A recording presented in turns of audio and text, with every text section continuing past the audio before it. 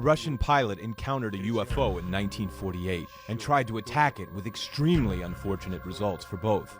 The pilot was blinded by rays of light emanating from the UFO.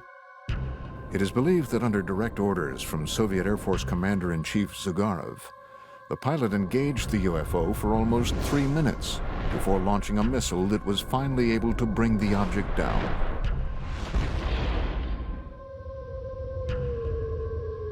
But unlike Roswell, this crash never made the papers.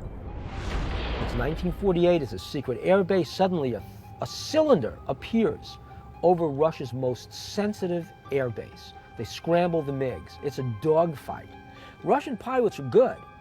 And imagine this plane getting right on top of that craft. The MiGs fire their rockets as the directed particle beam weapon explodes the MiG, and they both go down.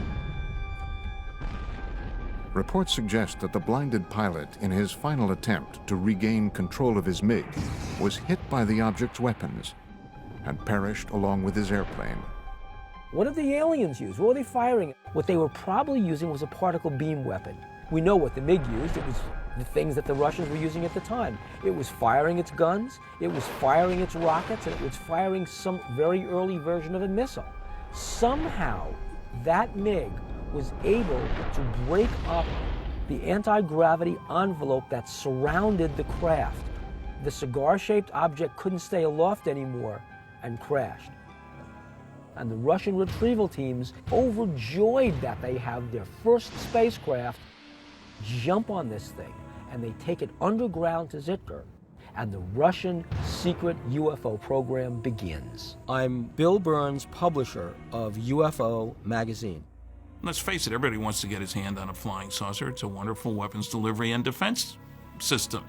I'm Stanton Friedman. I'm a nuclear physicist, lecturer, ufologist. This 1948 crash is one of many strange events that has turned Kapustin Yar into an even more mystifying version of America's Roswell and Area 51. The Soviets had to get their hands on what we had. We had the Roswell crash. We really had a storehouse of technology that we developed in the early 1960s out of Roswell. The Russians didn't have that. Well, how do you get that technology? It doesn't just fall out of the sky. You go after it. And the Russians went after it by embarking on suicide missions. Anything they could do to get their MiG pilots to shoot down an extraterrestrial spacecraft was fair game. From the time it was constructed in the early 1940s, Kapustin Yar was cloaked in secrecy. It is a place where it is said the Soviet Union's top researchers, scientists, and military specialists were sent to develop highly classified Cold War technology and weaponry.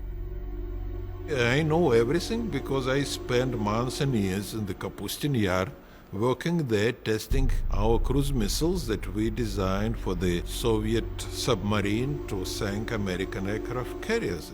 Kapustin Yar was on a very short list of facilities that the U.S. intelligence wanted to get imagery of. There are three things going on there. They're testing surface-to-air missiles, they're testing surface-to-surface ballistic missiles, and they're also testing air-launched missiles, cruise missiles.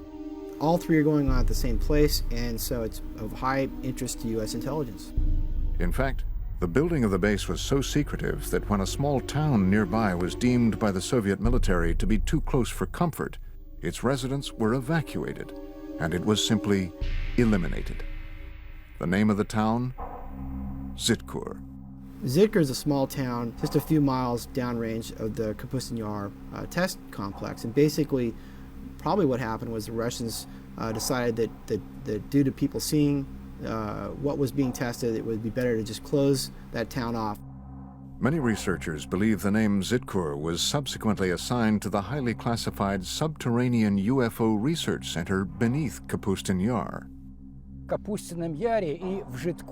There is an idea that in Zitkar and Kapustin Yar there is a storage point for crashed UFOs and corpses of the visitors and members of their crew. Zitkar is analogous to what Area 51 is to Nellis Air Force Base and Groom Lake in Nevada. Different countries have various places where they take their UFO technology. And what they do with it is they try to break it down. They see what it is and how can we reverse engineer this. But long before the 1948 crash, The area around Kapustin Yar and the skies over Russia have been home to many other well-documented and eerie encounters with UFOs. Some date back to a time before what we know as Russia even existed. Russia is a huge land. UFOs have been sighted over its territories for, I would say, thousands of years. I am Paul Stonehill, co-author of UFO USSR. One, which is quite famous, was sighted back about 950 AC by an international traveler of the time, Ibn Fadlan. He and his co-travelers were able to see strange sightings in the sky that scared them immensely. But the local people would laugh at them and say, we see it quite often. Aerial battles, beings fighting each other, strange aircraft, something that's similar to a Star Wars battle scene from a modern movie. Amazing stuff.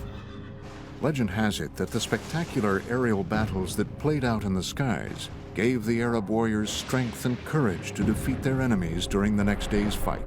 In the 17th century, Russia experienced a rash of UFO sightings. These objects were described by many who witnessed them as comet-shaped balls of fire.